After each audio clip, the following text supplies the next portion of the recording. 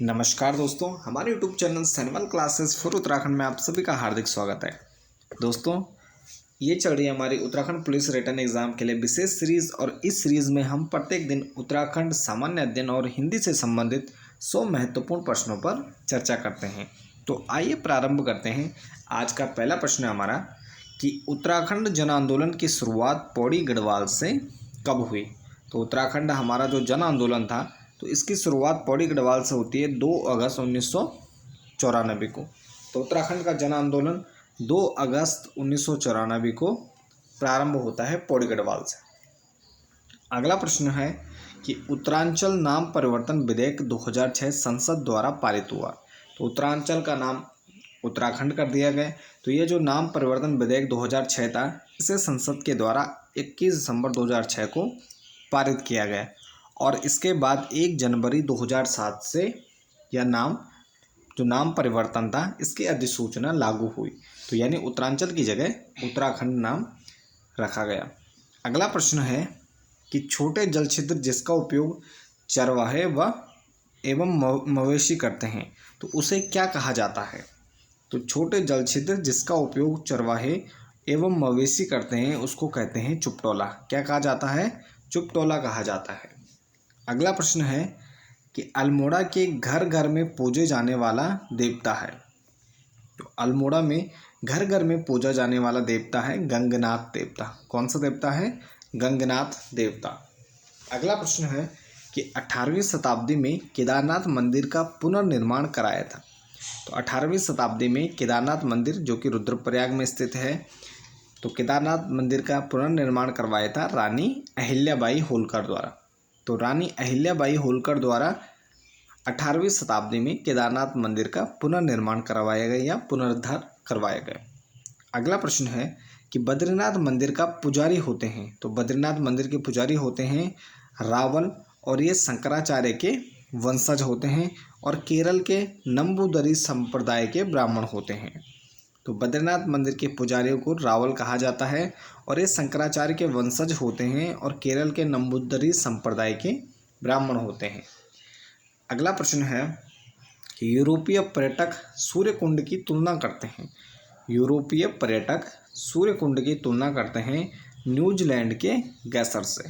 तो न्यूजीलैंड के गैसर से सूर्यकुंड की तुलना की जाती है। अगला प्रश्न है कि जागेश्वर मंदिर के प्रवेश द्वार पर मूर्ति है। तो जागेश्वर मंदिर के प्रवेश द्वार पर मूर्ति है नंदी और स्कंदी की। नंदी और स्कंदी की क्या है? जागेश्वर मंदिर के प्रवेश द्वार पर मूर्ति बनी हुई है। अगला प्रश्न है कि कसार देवी में 1950 से 70 ईस्वी का कौन सा आंदोलन प्रसिद्ध हुआ। तो कसार देवी मंदिर 1950 से 70 ईस्वी के आसपास यहाँ पर प्रसिद्ध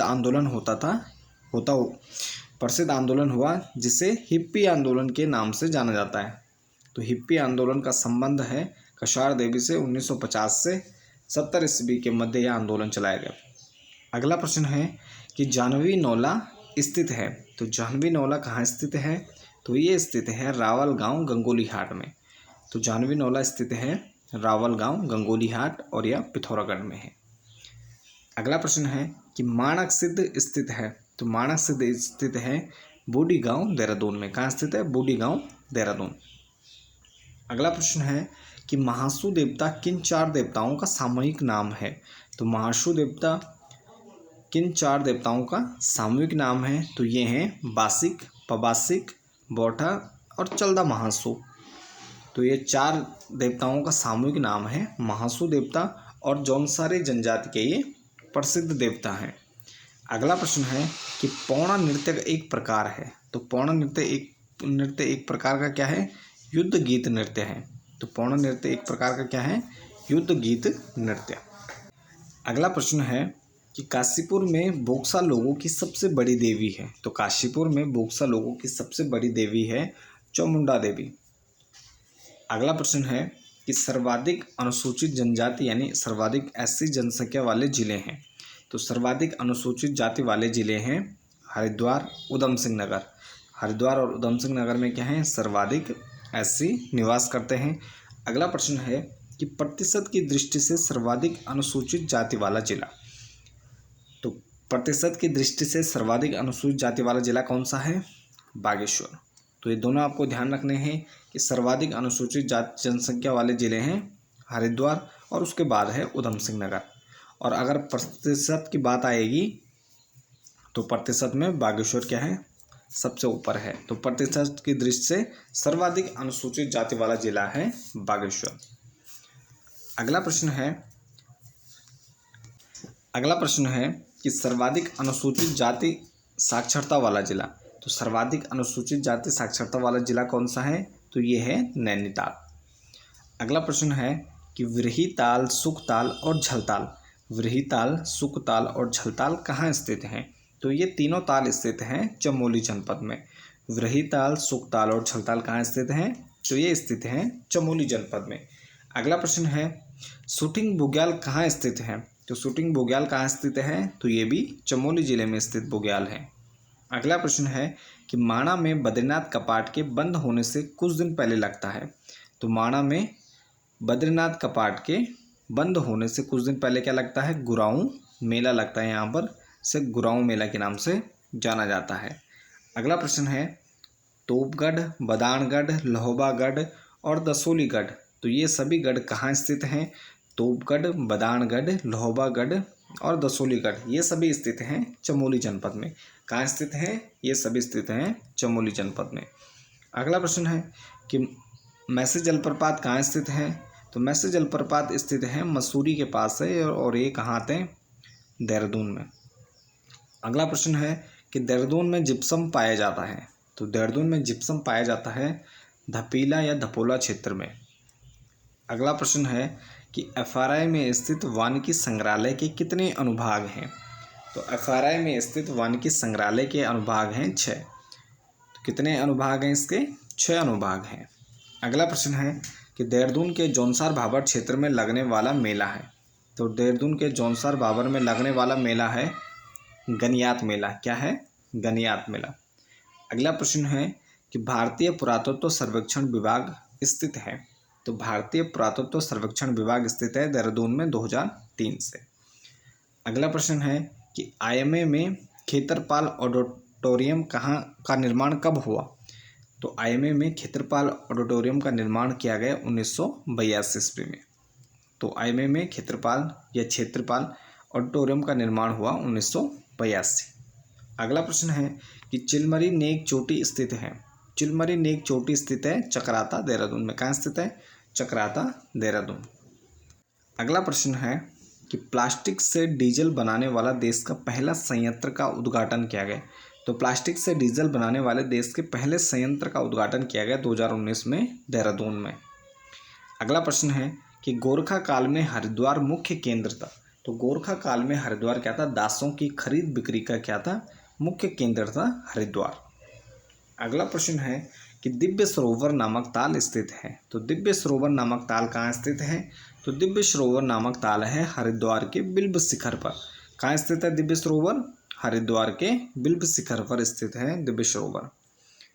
अगला प्रश्न है कि महाविद्या मंदिर स्थित है। तो महाविद्या मंदिर स्थित है कनखल, हरिद्वार में। तो महाविद्या मंदिर कहाँ स्थित है? तो ये स्थित है कनखल, हरिद्वार में। अगला प्रश्न है कि कुंभ मेला 2021 की थीम थी। तो कुंभ मेले 2021 में इसकी थीम थी ग्रीन क्लीन कुंभ। क्या था? ग्रीन क्लीन कुंभ। अगला प्रश्न है कि प्रथम महिला लोक सेवा आयोग की सदस्य थी। तो प्रथम महिला लोक सेवा आयोग की सदस्य थी सुधा रानी पांडे। तो सुधा रानी पांडे क्या थी? प्रथम यूकेपीएससी की सदस्य थी। अगला प्रश्न है स्ट्रक्चरल इंजीनियरिंग रिसर्च सेंटर कहाँ स्थित है? तो स्ट्रक्चरल इंजीनियरिंग रिसर्च सेंटर कहाँ स्थित है? तो ये स्थित है रुड़की में, हरिद्वार के रुड़की में स्थित है। अगला प्रश्न है कि टिहरी जिला सीमाएं बनाता है। तो टिहरी जिला अन्य जिलों से सीमाएं बनाता है। तो ये जिले हैं उत्तरकाशी, देहरादून, रुद्रप्रयाग और पौड़ी। तो टिहरी जिला कुल 4 जिलों से सीमाएं बनाता है, उत्तरकाशी, देहरादून, रुद्रप्रयाग और पौड़ी। और टिहरी जिला क्या एक आंतरिक जिला है। अगला प्रश्न है स्ट्रेटोमेटालाइट जीवाश्म की खोज हुई। तो स्ट्रेटोमेटालाइट जीवाश्म की खोज हुई पीड़ी पर्वत, प्रतापनगर, टिहरी में। अगला प्रश्न है कि स्कंद पुराण में चंद्रबदनी को कहा गया है। तो स्कंद पुराण में चंद्रवदनी को कहा गया है भुवनेश्वरी पीठ, और चंद्रवदनी मंदिर स्थित है टिहरी जिले में। अगला प्रश्न है कि घंटाकरण का मेला कहाँ लगता है? तो घंटाकरण का मेला लगता है घड़ियालदार टिहरी में। कहाँ लगता है? घड़ियालदार टिहरी में। अगला प्रश्न है कि 5 दिवसीय गुरु मणिकनाथ जात्र यात्रा का आयोजन कहाँ किया जाता है? तो 5 दिवसीय गुरु मणिकनाथ जात यात्रा का आयोजन होता है टिहरी जिले में। कहाँ होता है? टिहरी जिले में आयोजन किया जाता है। अगला प्रश्न है कि उत्तरकाशी जिले की सीमाएं लगती हैं। तो उत्तरकाशी जिले की सीमाएं 4 जिलों से लगती हैं, जिसमें है देहरादून, टिहरी, रुद्रप्रयाग और चमोली। तो 4 जिलों से यह सीमा बनाता है, देहरादून, टिहरी, रुद्रप्रयाग और चमोली। अगला प्रश्न है कि उत्तरकाशी और तिब्बत के बीच संक्रम मार्ग बनाते हैं। तो उत्तरकाशी और तिब्बत के बीच संक्रम मार्ग यानी दर्रे हैं मुलिंगला दर्रा एवं सांगचोकला दर्रा। मुलिंगला दर्रा एवं सांगचोकला दर्रा क्या है? उत्तरकाशी और तिब्बत के बीच है। अगला प्रश्न है उत्तरकाशी एवं भिलंगना घाटी को जोड़ने वाला दर्रा कौन सा है? तो उत्तरकाशी और भिलंगना घाटी को जोड़ने वाला दर्रा है ओडेनकॉल दर्रा। तो ओडेनकॉल दर्रा क्या है? उत्तरकाशी और भिलंगना घाटी को जोड़ता है। अगला प्रश्न है कि तरुण पर्यावरण विज्ञान संस्थान स्थित है।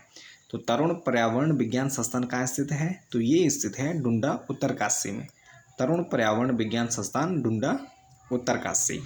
अगला प्रश्न है कि रुद्रप्रयाग नगर पंचायत कब बनी? तो रुद्रप्रयाग नगर पंचायत बनी 2002 में। तो रुद्रप्रयाग नगर पंचायत कब बनी? ये नगर पंचायत बनी 2002 ईस्वी में।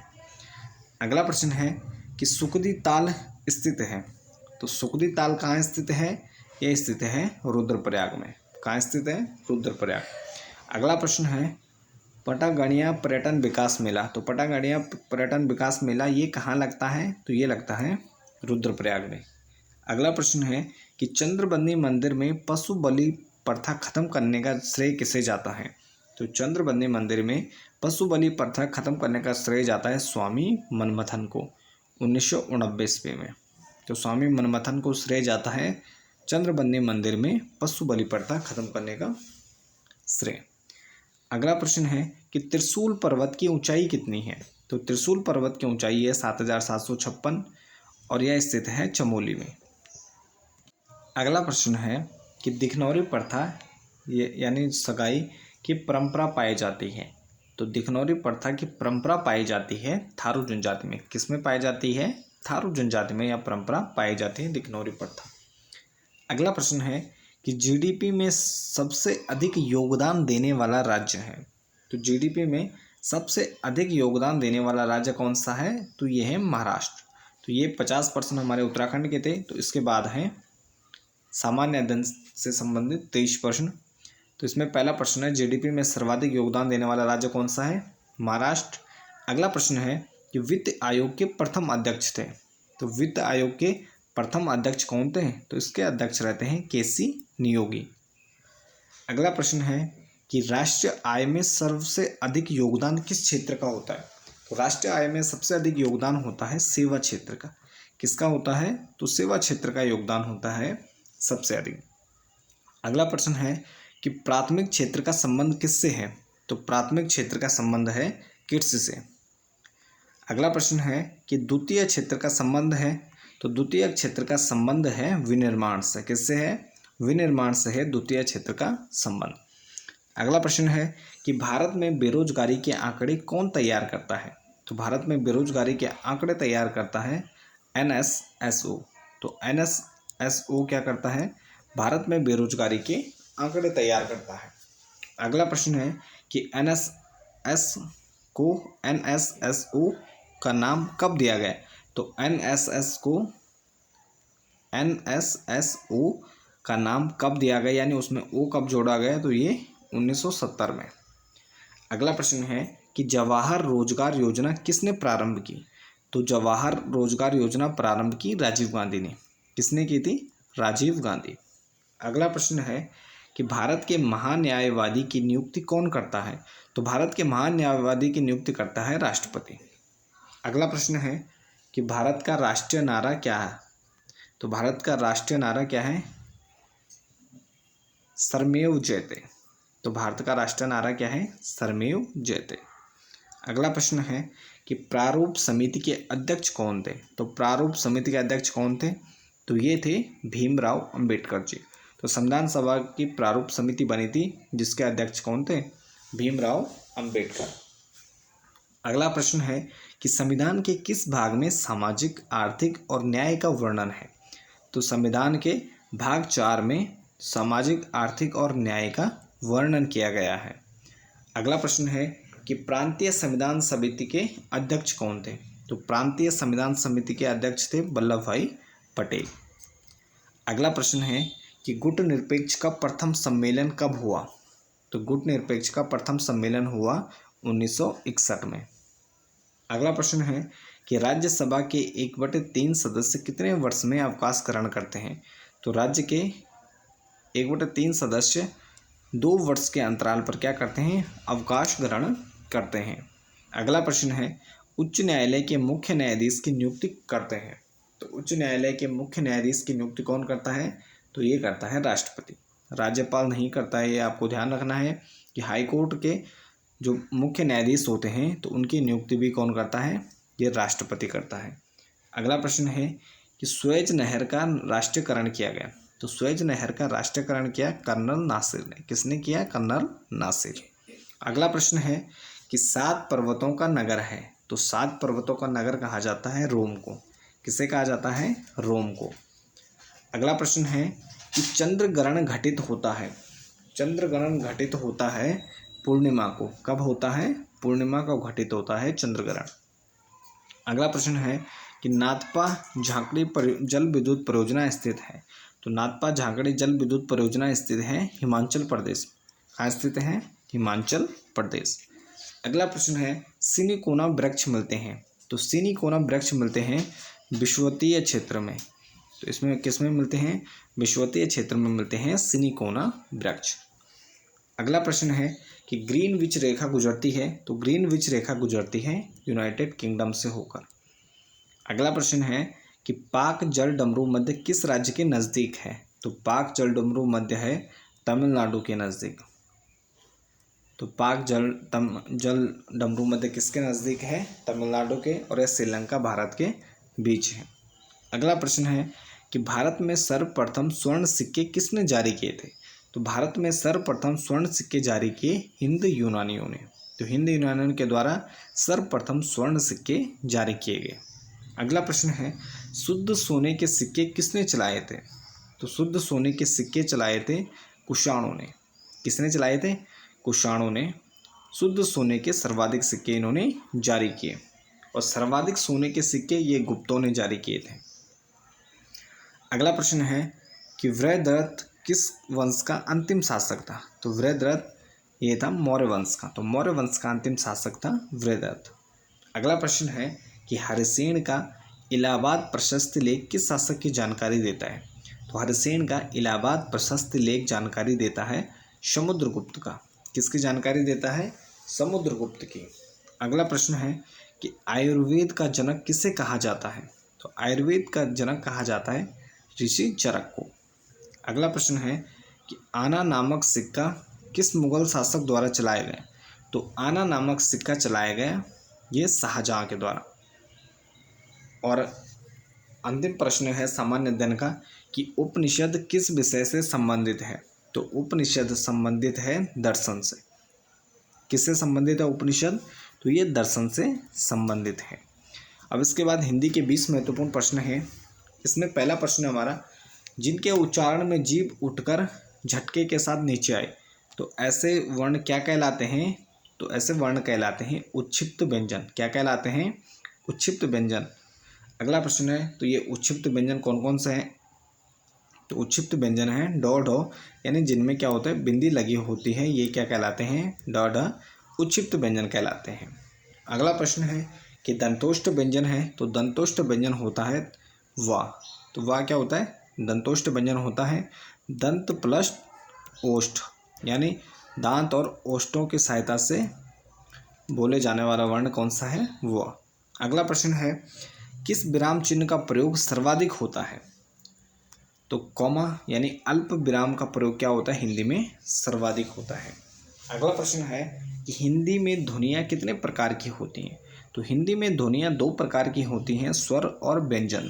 कितने प्रकार की होती हैं? 2 प्रकार की होती हैं, स्वर और व्यंजन।